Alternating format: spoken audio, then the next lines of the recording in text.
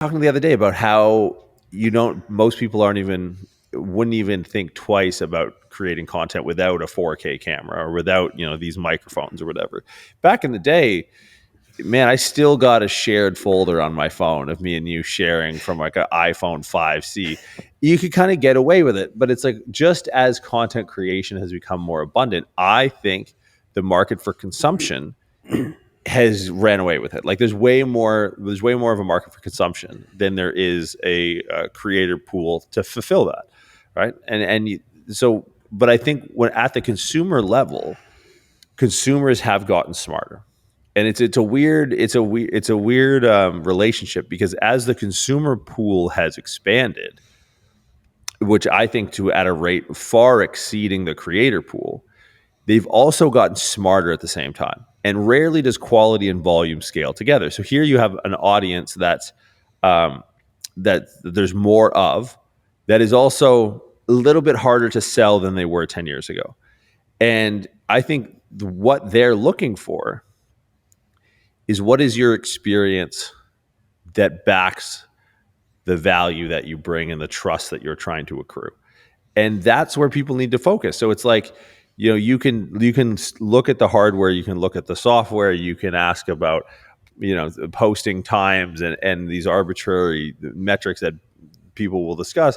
But it's like, ask the deeper question: what experience do I have that backs the words that I'm saying, so that my trust is substantiated? Because that's really what people are looking for. And you wonder why, and people get upset with, the bodybuilding does one show and turns into a coach. And it's like, look, you can bitch and moan about that all you want, but those people have clients, because there's at least something that they can point to that goes, well, this experience backs the trust that I'm building. And I think if people spent time focusing on that, how their experience can substantiate the claims they make and help build their trust, the rest of and I'm not going to say the rest of their business concerns would kind of fall the wayside. But I really think that's primarily the first domino to fall for most people. And it's where they want to spend the least amount of time attending to.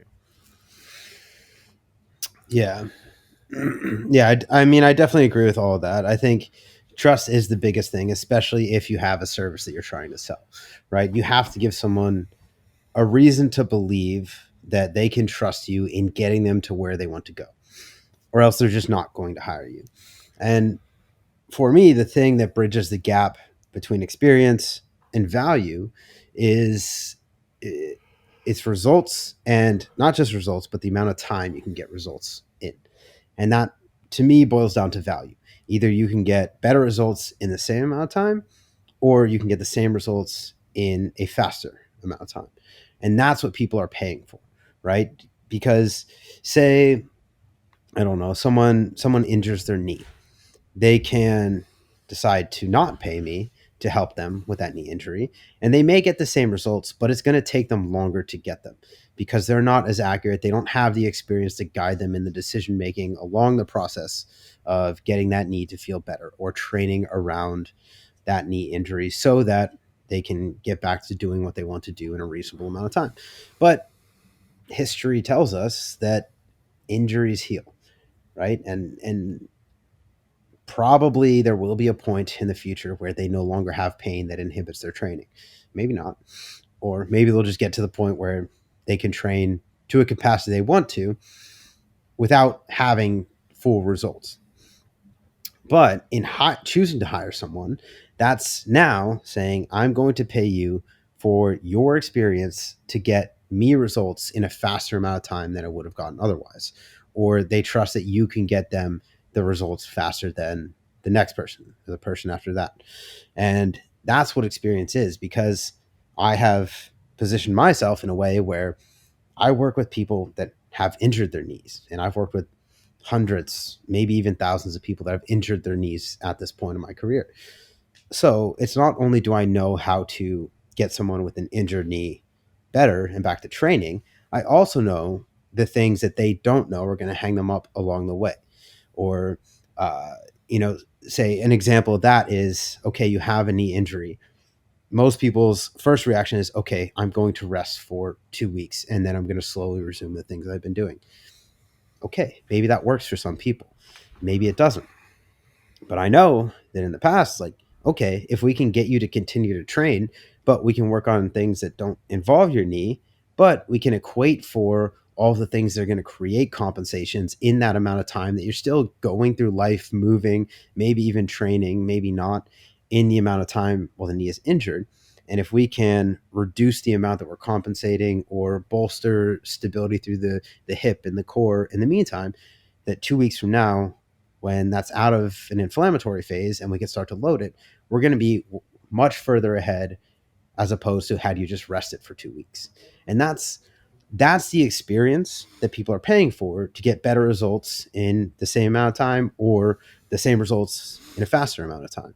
And that's where you add value as a trainer, is because yes, maybe someone, they've done one bodybuilding show and now they're a coach. Okay, they have a limited amount of experience in which they can help someone through some of the things. And this is also something that I think about often, is that I've been doing this for so long. Sometimes it's hard for me to relate to someone that hasn't been doing this as long as me. Right. And that is the benefit to being a coach that is a little bit more fresh, a little bit more green, is that the the frustrations that someone runs into when they're very new to this are a lot more present to you at that time than they are to maybe me or you that have been doing this for consecutive decades now. So there's a bit more of that, uh, you know, we can call it sympathy or empathy around these things that people are going to run into when they are less experienced, or kind of the mindset of someone that doesn't have as much experience, that's just doing this thing for the first time as well. So not to discredit them because they don't have a vast amount of experience where they're not able to predict, the 10 things that will go wrong in this process, but they are very able to relate to some of the things that are very present in someone's mind who's going through this experience for the first time. So not necessarily to discredit them and saying that, you know, more experience, you should always go with the person with more experience, but it does come down to the idea that you need a level of experience to be able to help someone through this in an expedited way. Or, I guess, an asterisk by this is you have to be really good at problem solving really quickly. Because I've been in situations, and I am still constantly, where I maybe don't have the exact experience someone's looking for in some whatever they're hiring me to do, but I have a lot of experience in that realm and a lot of things that parallel it. So I have a really good way to solve problems really quickly when they arise, so that even though maybe I haven't dealt with this exact thing before, when something pops up, I have three different options of the way that I want to approach it, and I can quickly switch from one to the next to see if we can get progress in that area, which still does come down to, you need reps. You need reps in the problem solving. You need reps in the communication. You need reps in getting buy-in. You need reps in getting trust from your clients. And those are the things that actually give you a shot to start to gain further experience. Yeah, because I think there's two things. As if we're centering in on value, I think there's two things that I want people to take away. One is do what's necessary, because there's one of my yeah, I'd say it's a favorite quote. It's a quote I use often. It's from one of the James Bond movies. Maybe it's Spectre, where every James Bond, there's like these characters. There's like M, and then there's so she's like the old lady, and there's a Q, which is like the person who handles all of like the tech stuff, right? So Bond is sort of like known for having these crazy devices. In this movie, that he meets, I think it's the I forget, either the Museum of Natural History. They meet somewhere in London, and he meets this guy who's really young, and he's like Q, the quartermaster. He does all like the tech stuff for Bond, and sits down next to Bond, and they're like looking at this big painting, and Bond doesn't know the kid sitting next to him is this quartermaster, the guy who does all the tech, and so he indicates that he is who he is, and he kind of looks at him and goes like, "You still have spots," like a euphemism for like you're super young. Like, why the fuck would I listen to you? And he says something to the effect of, age is no sign of experience and youth is no sign of innovation. And they have this little exchange, very British banter. Like, he looks at him and he goes, age is no sign of experience. Uh, and then Bond looks back at him and he says, youth is not a sign of innovation. So just because you're young doesn't mean you're innovative. And he's like, just because I'm young doesn't mean that I'm not experienced, right? Because I see people who are experienced at a young age, like you and I have done a lot in our 35 years, especially in the field. And it can be difficult to have people recognize that, because most people are like, well, and this is something that I've noticed even with the volume of shit that you and I have done, that there's a passive trust and value that comes with seniority, right? Like, I think we've done a lot to earn some sort of status as authorities in the space. We have the track record to prove it, but there's a certain level of trust that comes with seniority. But you only get seniority as if you stay in the fucking game, right? And I think that's part of it. And I think one of the things that's helped us accelerate in the accumulation of both seniority and authority is we tell the story of our experience. And I think that's been the cool part about the podcast is like, yeah, we have career experience and we've done stuff, and we have other platforms where you can see like work that we've done and people that we've worked with, but we have this 600 episode black box of the last 10 years of our practice, right? And it's like, it's a tale of the tape that alongside this thing. And this is where I think coaches miss on either end. They miss on telling their story, and then they miss on doing the things that allow the time to be valued appropriately for the experience that it should represent, right? Because like, I've been in rooms and I've been teaching people who are in their 50s and 60s, and there's been no growth. They're still going off of the same thing they learned when they just did a PT course, whatever, 30 years ago, and there's no upgrading.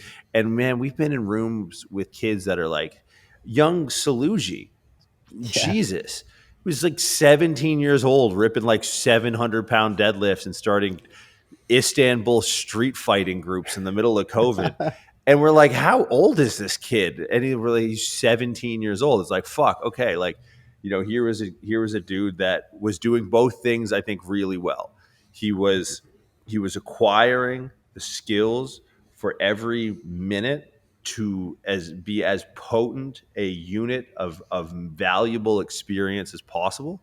He was in labs. He took L1. He was learning from people who were far senior, concepts that were far advanced for his years, and he bit off what he could chew, and he chewed like fucking crazy, and he went back in for more. I think of a dude named Luca Webb from Australia. I don't think he's fucking 20 years old yet. If he is, he looks real young. But like, works with muscle nerds, flies out to fucking Singapore to come to an event. Like, is just doing all of the things. It's like, dude, by the time you're 25, if you keep this pace up, your 6 years in this is, again, time is such we said this before on a podcast. It's a vehicle for experience. And if by 25 your CV is 50 pages long, yeah, the only way you're going to struggle is if you don't tell your story, right? But you have all the experience, because I think most people I know that are fighting to find ways to provide value to their clients aren't doing both of those things. And you have to do both. You need to be fighting tooth and nail to find the opportunities so your years mean something, that you can look back and be like, I've done this, I've done this, I've done this, I've done this, I've done this, and I've done that. And you got to get out of your own fucking way and stop being like this pure. Like, look, when it comes to purist and training and the history and the sanctity of lifting, I'm right there with you, right? Like, all the old heads, the Louis Simmons, the Dave Tates, the Paul Quinns, all, I get it. I get like the trepidation with recording yourself in the gym and do it. And it's like, look what all those guys do now. All of those guys have bent a knee to the necessity of storytelling so that they can provide the value. Like, I love what Dave does, because it's what is it? It's lift, learn, and pass on. Right now, he has a podcast. The Under the Bar podcast is probably one of the biggest podcasts in the health and fitness space. Why? Because it's someone who's done so much telling those stories. And I think when people are running an inventory over their business in this field or the service they provide, filter it with those two things. And if you're looking to partake in activities that help build your service, build value, understand those two things. Am I doing enough in real life for the time that I have, connecting with people, training people for free, getting opportunities to build status, getting in the rooms? And then on the flip side of that, am I telling the story? Am I telling the story about how I'm doing those things? Because if you do both of that, that's how you start to accrue meaningful trust. Because not only will you have the backing, like on paper, but you'll also have the backing when it comes to the rubber hits the road.